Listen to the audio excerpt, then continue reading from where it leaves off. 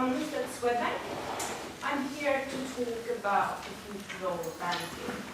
But I will talk also about the recovery and the structural changes we stand in front of, the structural challenges, and kind of link it to banking and the need for credit.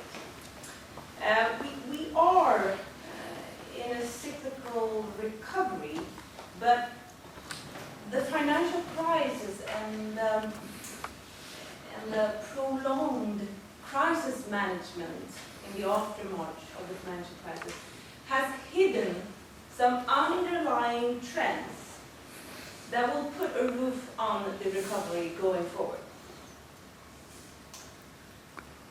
All right, so this is the picture. This is the PMI index, forward-looking indicator of GDP. We can see that the US economy is in the front seat, leading the global economic recovery. Eurozone is lagging behind. The recovery will be gradual and slow. We see a slowing down in China. I'm not so worried about that, but the risks are associated with the conflicts in Ukraine and Russia. So what we see here is 2008 Lehman crisis, financial crisis spread into the international territory, leading to a bank and debt crisis in the Eurozone, making the recovery slow because of austerity and deleveraging.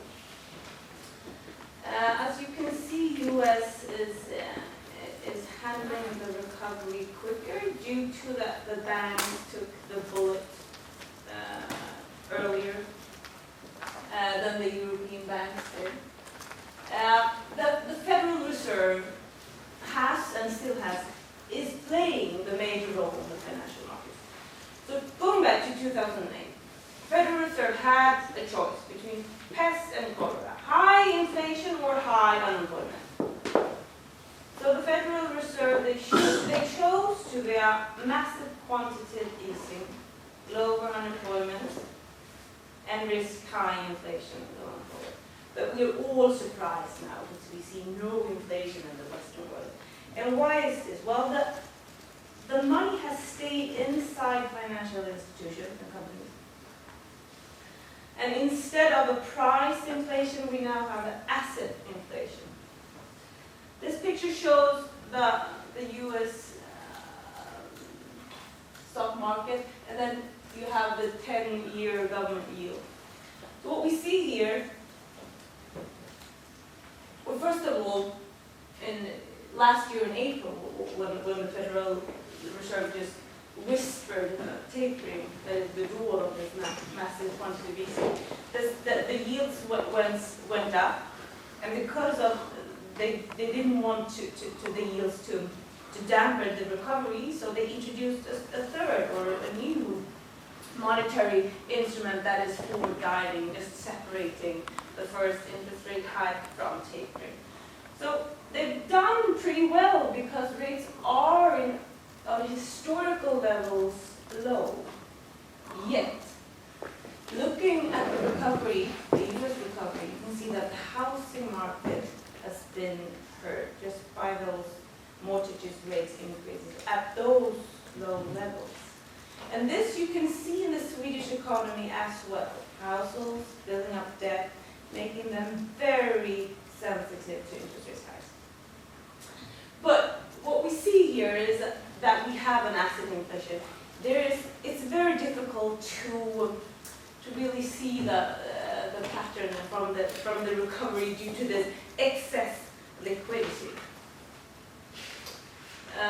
So rates are low because of this inflation. This is the European wage expectations.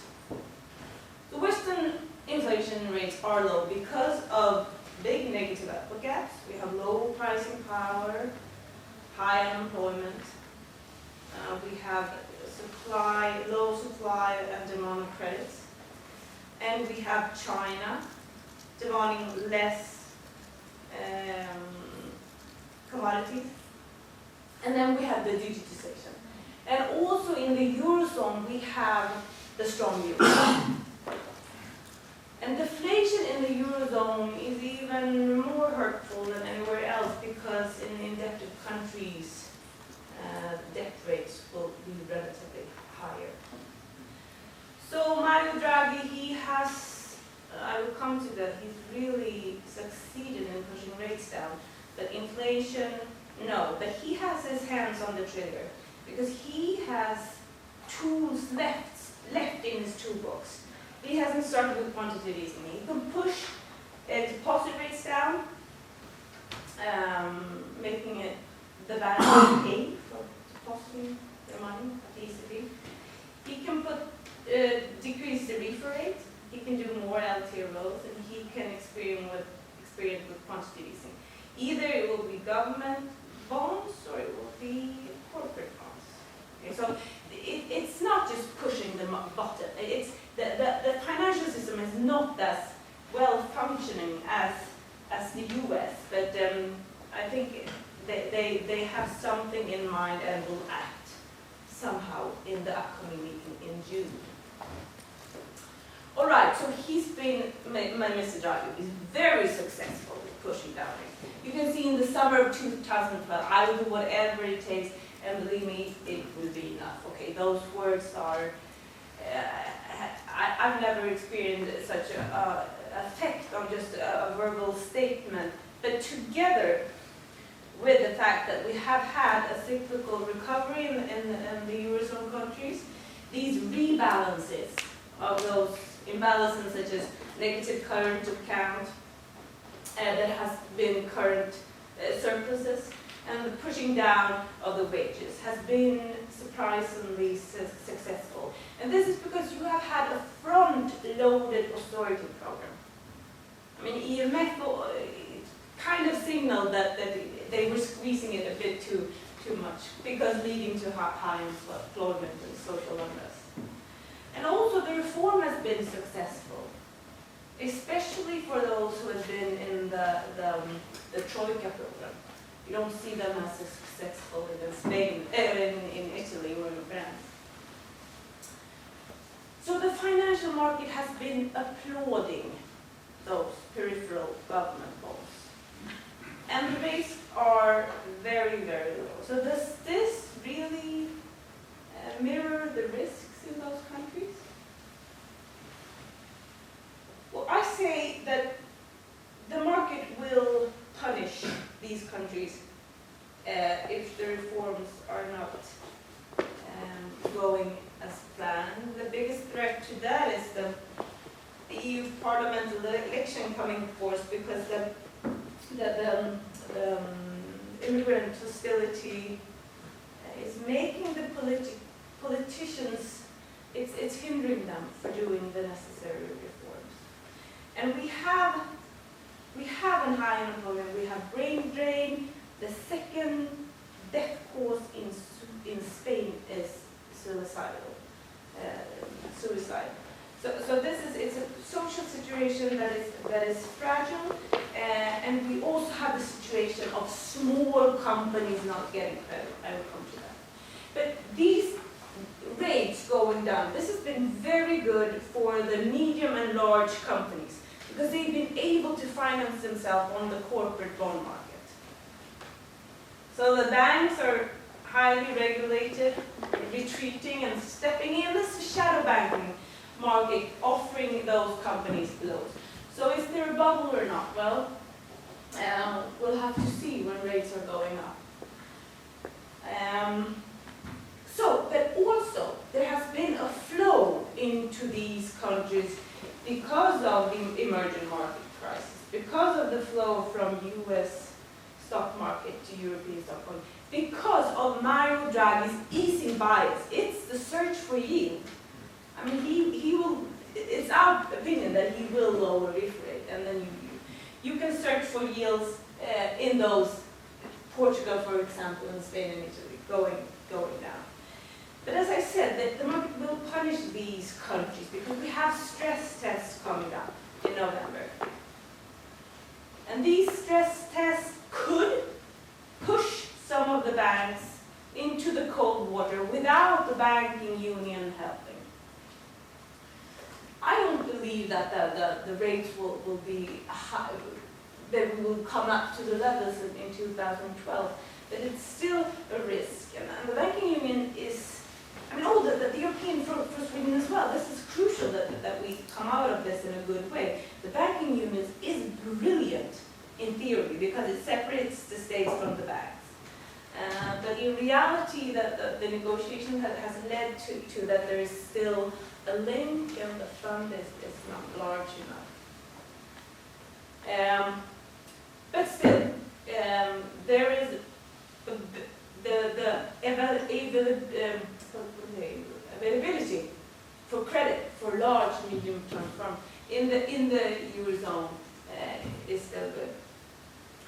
All right, so then you have the bank lending standard. In the left graph, you see the tightening, because coming up to the bank's risk, the banks has been they try to clean up their balance sheet, of course. So this is hampering credit supply, but credit demand is still slow.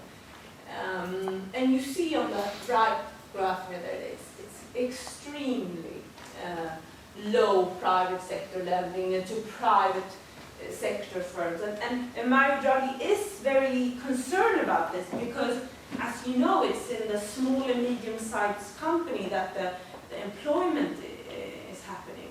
That's where the job growth is coming from.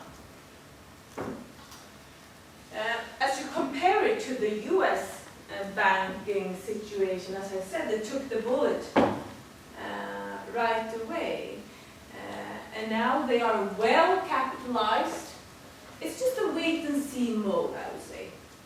As I said, there's a lot of money inside those companies. They don't know where to invest.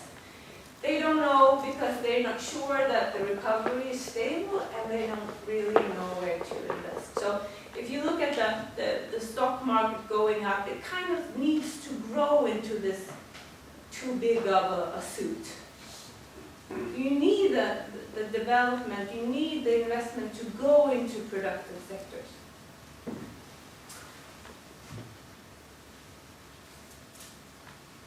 So, another structural challenge or opportunity is the fact that Western world, there's an acceleration of urbanization. There's an acceleration of digitization and individualization. So what the digitalization is doing to the economy is just slashing middle hands.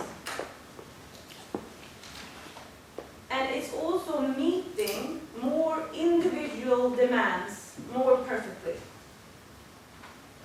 with very low entry barriers. It's also kind of messing up economic theory by going from scarcity to abundance with zero marginal cost. Zero marginal production cost in producing another digital good. So, a bank is a middle hand, right? So I'm not surprised there has been innovations in the financial area. It's about Internet of Things, it's about big data, and it's driven by consumer demand. It's the sharing economy that is driving this from the makers movement. And we have the virtual currencies such as Bitcoin. And in official statements, I say everyone should just be aware and take a very careful stance towards virtual currencies. But the fact is that I think that virtual currencies are here to stay. Because I went to a Stanford seminar just before Christmas and lined up for the most engaged Bitcoin users and lawyers that try to figure out what is this? Is it you don't have the the term. You don't even you haven't defined the term for it yet. And then there was some other professors from traditional financial economics. And even those youngsters, they said we need regulations. So it's a matter that we're lagging behind in regulation. But virtual currency, per se, I think will have some kind of use, even if it's between two actors, or if it will be used as a means. It's just that the regulatory needs to speed up. When it comes to peer-to-peer lending, that's kind of filling the gap. Filling the gap when banks are retreating, because I mean they have faced losses, they face higher and tighter regulations, they meet higher capital requirements. So as a bank, the actor of a bank is not someone who should be engaged in risk. So after this financial crisis, we learned that banks should not be engaged in risk. We lend out and we expect to get our money back. Now we have the risk capitalists stepping in a bit later. But when it comes to seed financing, it's kind of is it a market failure or not? Because there are, you can discuss if there's a intelligent money going in from the government funds or not. So peer-to-peer lending could fill this gap. It's happening very quickly. And also I should say that the sharing economy will make so many more smaller transactions like that. So what about taxation? What about when Uber wants to proceed its business where the traditional taxi corporation or whatever you call it tend to oppose this development as the hotel business. So we will have a lot of there will be the challenge here is to find the right regulatory framework for this to go forward. So this digitization is happening in an exponential speed. I don't know if you read the book The Singularity is Near. So what the singularity is near saying that this is exponential, the technology development, but the human cognitive abilities lie near. So 2042 we'll have robots and computers without human interference innovating things for themselves. That would be mind-blowing. But anyway, this is the fact that it's accelerating is that it's viral, you have the Moore's law, and you have zero marginal cost to spread, and then you have that innovation. Every new innovation is combinatory.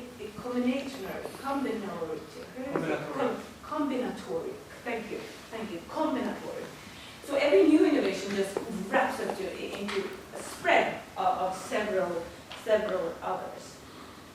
So is this a bubble that we saw in the late 90s? Well, I don't think so, because the need for capital is less, because you have lower entry barriers. And you have more effective marketing. You know your customers through big data in real time. You know exactly what they want, and it's consumer driven.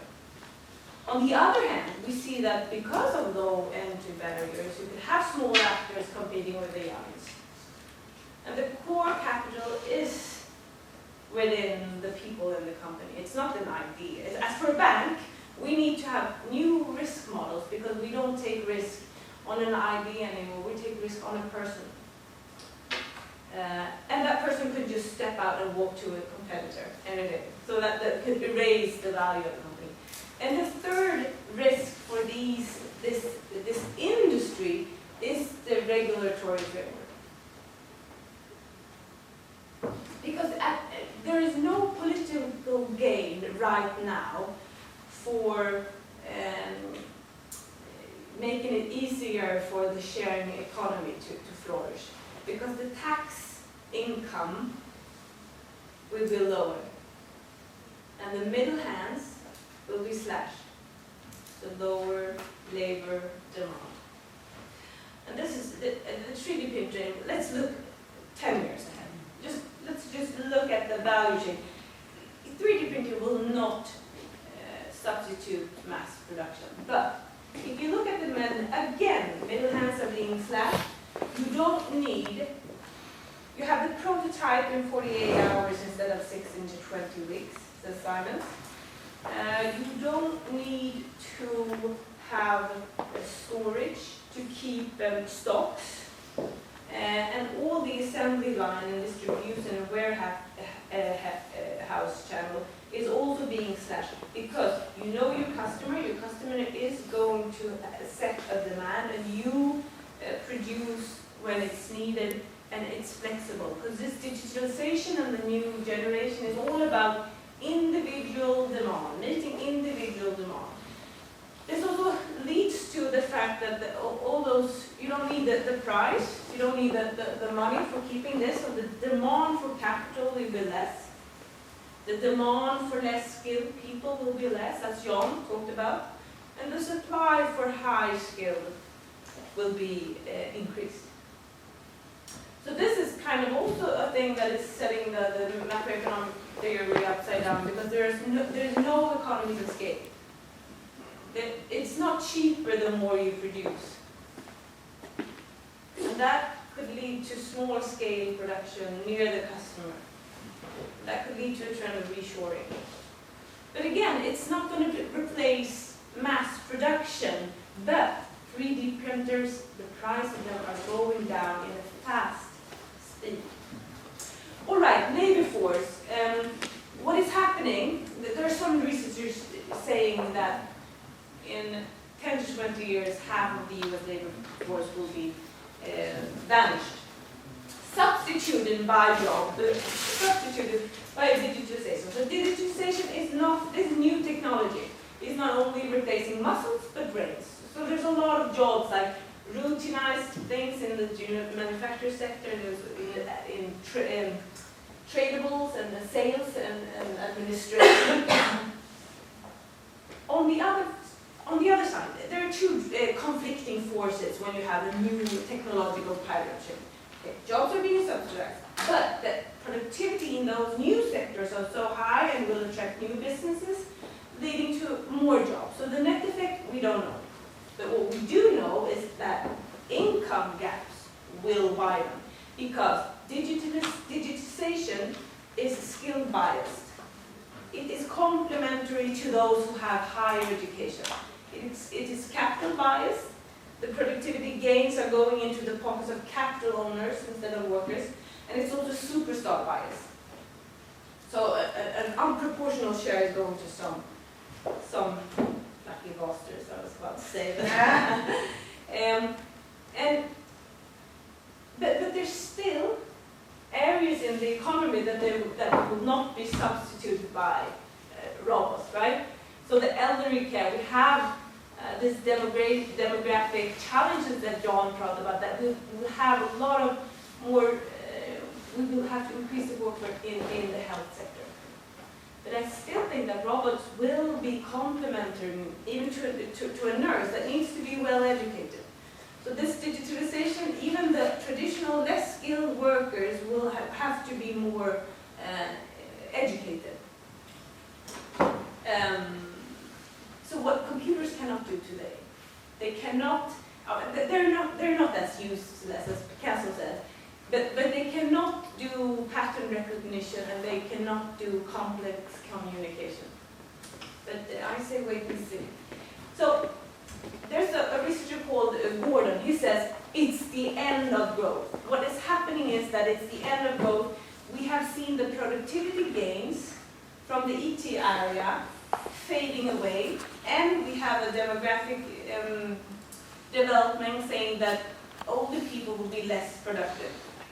I don't believe so. I believe that there are enormous productivity gains with this Internet of Things, big data, and you can just think of your everyday life. But the fact is that it's not captured in the statistics. That is because one thing is that every technology shift has a lag. So there's a lag in organizations and there's a lag in education. But this technology is very skill biased, as I said, so this lag could be a bit longer. But the interesting fact is that productivity gains are not seen in the statistics because it's not captured. So if you have, for example, Facebook, every day people spend 200 million hours on Facebook every day. And this is work that is not being paid for, and it is work that is producing things that are consumed for free.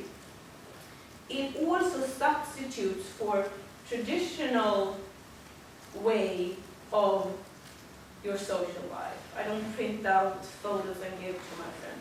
But an easier example is a Skype telephone call that is for free, because it substitutes a call that will be captured by the GDP.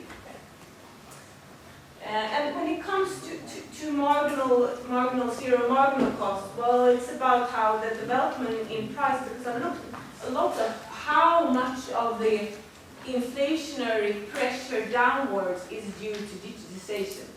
And I don't have time now, but there's a couple of factors that are being hidden that is pushing inflation to a lower level. But what is interesting here is that you have those, half of the US labor force might be blown away. I don't believe so. But I do believe that there are challenges, because what is going to replace this? Well, it's the innovations. So innovation and entrepreneurs are going to have an especially important and crucial role in this paradigm shift. Because if you read McPhee and Bringerson, they're very pessimistic. And they say that the net effect on low pressure, on wage pressure, will be downwards. The net effect on productivity, they don't say anything about, but they're very pessimistic. And there are some that are very optimistic about it. Well, there's a large opportunity, enormous productivity gains. It's kind of democratizing way of entrepreneurship. The makers movement, crowdfunding, everyone has the availability. MOOCs, multi-open online courses. I mean, the opportunities are enormous, but still there are. We stand in front of a crossroad because we need financing to these. It's those seed financing that is going to be more and more crucial for filling the gap. The innovators and entrepreneurs will have to fill this gap, so the net effect on employment will be good. So this is just a graph to illustrate. There is no problem in financing large and medium-sized companies. There's a lot of capital in the market. But the thing is, but I have to point a warning finger towards the corporate bond market if there's a bubble, because less credit-worthy companies are being financed on the market at the same level as some states are, and this is kind of crazy. This is, I mean, it's not really healthy. But the question is there a bubble will be of what do you call it, a flashback or something? No, not a flashback, backlash or something. So that's a risk, because the banks will not come in and replace those. The banks are told to be not handling risk, and you can see that the banks are also retreating from their investment backing. You can see that US banks are making strategic steps from this kind of this. So the most crucial thing is in the seed states here. You have your family, and in Sweden you have ALMI, right? Or someone is it, the public funds that you can question if this is intelligent money or not. But to find out if this is a market failure or not, you can use the crowdfunding experience. Because if I come to a bank for example, and I say, well, I have this idea, and I know that there's a demand because X persons are willing to crowd financing. It could be a good way of kind of adding to a risk model for it could be a bank that goes to be a risk capitalist, right? So you have a lot of more information about your market and your demand. So this is crucial, and I hope we discussed this during lunch as well, there are regulatory challenges with crowdfunding. But these entrepreneurs, those youngsters, if you want to call them, there's a lot of creativity that shouldn't be regular. We should embrace the energy in this new generation and helping them to balance the act between regulations and keeping the creativity going. That's a challenge.